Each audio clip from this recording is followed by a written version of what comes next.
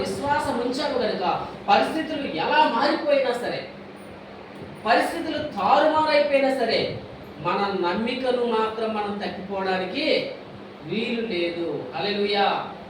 దానికి ఒక best example ఎవరంటే బైబిల్లో చూస్తే ఎవరో తెలుసండి, ఒక ముగ్గురు వ్యక్తులు ఉన్నారు. షడ్రక్, మేషక్, అబేద్నెగో అనే వ్యక్తి. వాళ్ళు ముగ్గురు నెబుకద్నెజర్ అనే రాజు వారిని ఏం చేశాడు చెప్పండి? అగ్నిగుండంలో పడేశాడు. అగ్నిగుండంలో. ఎందుకు అగ్నిగుండంలో పడేశాడో తెలుసా? ఎందుకు పడేశాడండి? అతడు నిలబెట్టినటువంటి బంగారు విగ్రహానికి వారు నమస్కారం చేయలేదని, ఆ బంగారు విగ్రహాన్ని వారు పూజించలేదని వారిని అగ్నిగుండంలో తోసేయమన్నాడు రాజు. ఎందుకంటే ఈ రాజుకు ఒక ఇగో ఉంది. ఈ నెబుకద్నెజర్ అనే రాజు చెడ్డవాడు. ఇతడు బబులోను రాజు. బబులోను సామ్రాజ్యానికి ఇతడు రాజు. ఇతడు బంగారు ప్రతిమను ఎందుకు చేశాడంటే దానికి కూడా ఒక కారణం ఉంది. అది 3వ అధ్యాయంలో ఉంటుంది దానియేలు గ్రంథంలో. 2వ అధ్యాయంలో చూసినట్లయితే ఆ రాజుకి ఒక కళ వస్తుంది.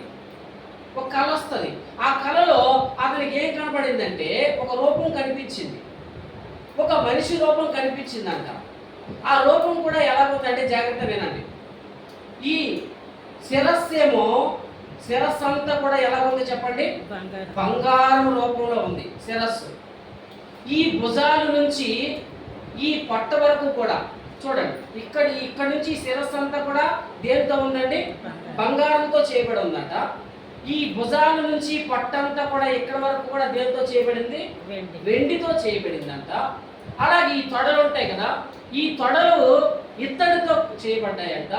అలాగే ఈ కాళ్ళు ఉంటాయి కదా, ఈ కాళ్ళు దేనితో చేయబడ్డాయి? ఇనుముతో చేయబడ్డాయంట.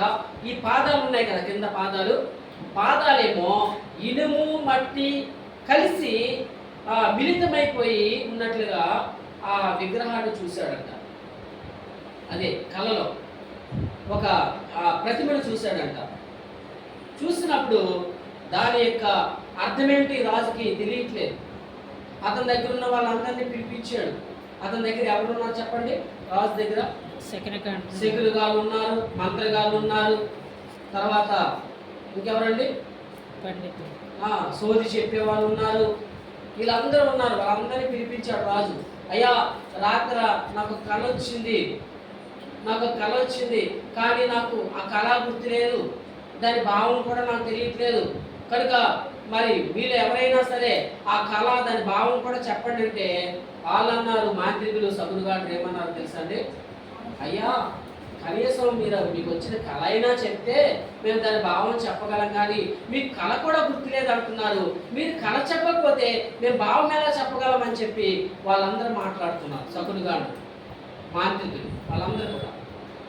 అప్పుడు చూడండి, ఆ కళ భావాన్ని తర్వాత వాళ్ళు తెలుసుకోలేకపోయారు, కానీ దేవుడు తెలియజేసిన తర్వాత ఇప్పుడు రాజుకి ఇగ్గ వచ్చేసాడు. ఏంటి ఆ కలభావం ఏంటి? బంగారం అంటే బబులోను పరిపాలన, ఈ వెండి అంటే బబులోను తర్వాత ఏంటి? మాదీయ పారసీకుల పరిపాలన వస్తుంది. తర్వాత ఇత్తడంటే గ్రీకు పరిపాలన వస్తుంది. ఇనుమంటే రోమా పరిపాలన వస్తుంది. తర్వాత ఇనుము మట్టి అంటే ప్రజాస్వామ్య పరిపాలన వస్తుంది. ఇలాగా ప్రభుత్వాలు మారిపోతాయని దేవుడు తెలియజేశాడు. ప్రభుత్వాలన్నీ మారిపోతాయి. నీ ప్రభుత్వం శాశ్వతముగా ఉండదు. నీ బబులోను రాజ్యం కొంతవరకే ఉంటుంది అనగానే నెబుకద్నెజర్కి హట్ అయిపోయి ఏమనుకున్నాడు తెలుసా? లేదు, శాశ్వతముగా నా రాజ్యమే ఉండాలి తప్ప ఇంకొక రాజ్యం రావడానికి వీలు లేదు. నా బంగారు రాజ్యమే ఉండాలి. వెండి కానీ, ఇత్తడి కానీ, ఇనుము కానీ ఏది రావడానికి వీలు లేదు అనుకొని ఆ రాజు ఏం చేశాడు తెలుసా అండి? ఒక పూర్తిగా బంగారంతో చేయబడిన ప్రతిమనే చేశాడంట. అంటే దాని అర్థం ఏంటి? నా రాజ్యమే తప్ప ఇంకొక రాజ్యము ఉండడానికి వీల్లేదు. నేను చెప్పిందే ఇక్కడ వేదవాక్కు, నేను చెప్పిందే జరగాలి తప్ప ఇంకేది కూడా జరగడానికి వీల్లేదు. కనుక ప్రజలందరూ కూడా నేను చెప్పినట్లుగా చేయండి. నేను నిలబెట్టినటువంటి ఈ యొక్క విగ్రహానికి మీరు ఏం చేయాలి? నమస్కారం చేయాలి. ప్రతిరోజు వచ్చి ఈ విగ్రహం ఎదుట మీరు సాగిలపడాలి, ఈ దేవతను మీరు పూజించాలి.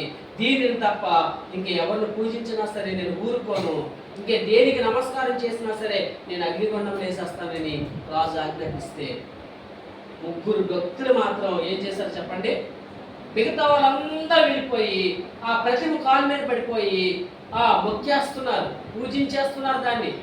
కానీ 3 వ్యక్తులు ఉన్నారు, వాళ్ళు మాత్రము ఎట్టి పరిస్థితుల్లో కూడా దానికి నమస్కారము చేయలేదు, పూజించలేదు. వెంటనే ఆ సంగతి నెబుకద్నెజరుకు తెలిసింది. అతడు చాలా కోప్పడిపోయాడు. ఇంకా అగ్నిగుండాన్ని 7 అధికం చేయమన్నాడు. తర్వాత ఆ 3 తీసుకెళ్లి అగ్నిగుండంలో తోసేయమన్నాడు. 3 అగ్నిగుండంలో తోసేస్తే వాళ్ళు కాలిపోయారా చెప్పండి? 3 భక్తులు కాలిపోయారా? కాలలేదు. కనీసం వారి ఒంటి మీద ఉన్న బట్టలైనా కాలలేదంట, వారి తల వెంట్రుక కూడా కాలలేదంట. దేవుడికి స్తోత్రం. ఎందుకంటే తన భక్తులకి ఎవరు తోడుగా ఉన్నారు చెప్పండి? దేవుడే వారి మధ్యకి దిగొచ్చేసాడు అగ్నిలోనికి. ఇప్పుడు రాజు 3 తోసేస్తే రాజుకి ఎంతమంది కనబడుతున్నారు చెప్పండి? 4 కనబడుతున్నారు. 4వ వాడు ఎవరంటే పైనుండి దిగి వచ్చినటువంటి దేవుడే. హల్లెలూయా. ఆ 3తో పాటు దేవుడు వారి మధ్యలో ఉన్నాడు కనుక వారు అగ్నిలో కాలిపోలేదు. దేవుడికి స్తోత్రం. వాళ్ళ తల వెంట్రుక కూడా వాసన రాలేదంట. దేవుడు ఎంతగా వారిని కాపాడాడు. ఎందుకంటే వాళ్ళ నమ్మిక విడిచిపెట్టలేదండి. వాళ్ళు కొన్ని విశ్వాసాన్ని విడిచిపెట్టలేదు. రాజు అగ్నిగుండంలో పడేస్తానంటే భయపడలేదు. వాళ్ళు ఏమన్నారు తెలుసండి? రాజా, నువ్వు మమ్మల్ని అగ్నిగుండంలో పడేసినా సరే మేము భయపడము. అగ్నిగుండంలో పడేస్తే పడేసుకో, కానీ మేము మాత్రము నీవు నిలబెట్టినటువంటి ప్రతిమకు మేము నమస్కారం చేయం, మేము పూజించమని నిలబడ్డారండి. నిలబడ్డారు. వాళ్ళు నమ్మిక తట్టుకోలేదండి. అందుకే దేవుడు కూడా వారిని ఏం చేశాడండి? కాపాడా లేదా? లేకపోతే అగ్నిగుండంలో బూడిచ్చేశాడా దేవుడు? అగ్నిగుండంలో బూడిచ్చేయలేదు వాళ్ళని. కనీసం తల వెంట్రుక కూడా కాలకుండా వారిని కాపాడాడు. నిజంగా అలాంటి పరిస్థితి మనకు వస్తే, అలాంటి పరీక్ష కనుక మనకు వస్తే నిజంగా మనం దేవుళ్ళ నిలబడతామా చెప్పండి? అంతేందుకండి, కొన్ని అగ్నిగుండంలో పడేయక్కలే ఎవరైనా వచ్చి మీరు యేసుప్రభువుని వదిలేస్తామని చెప్పండి, మీకు 1,00,000 రూపాయలు ఇస్తామంటే మనం ఏం చేస్తాం చెప్పండి? 1,00,000 రూపాయలైనా, 1,00,000 రూపాయలు అయితే కుదరదు, వదలమన్నాను అనుకోండి. కొన్ని 1 కోటి రూపాయలు ఇస్తానంటే, లేదా 10 కోట్లు ఇస్తానంటే దేవుని వదిలేస్తామా డబ్బుల కోసం చెప్పండి? ఏమనాలి? నాకు 10 కోట్లు కాదు, 100 కోట్లు నాకు ఇచ్చినా సరే నేను నా యేసయ్యను వదలను. దేవునికి స్తోత్రం. నా దేవుడిని వదలను, నా దేవుడిని పట్టుకొని ఉంటాను, నేను నా నమ్మికను నేను కోల్పోను అని మనం చెప్పాలా వద్దా?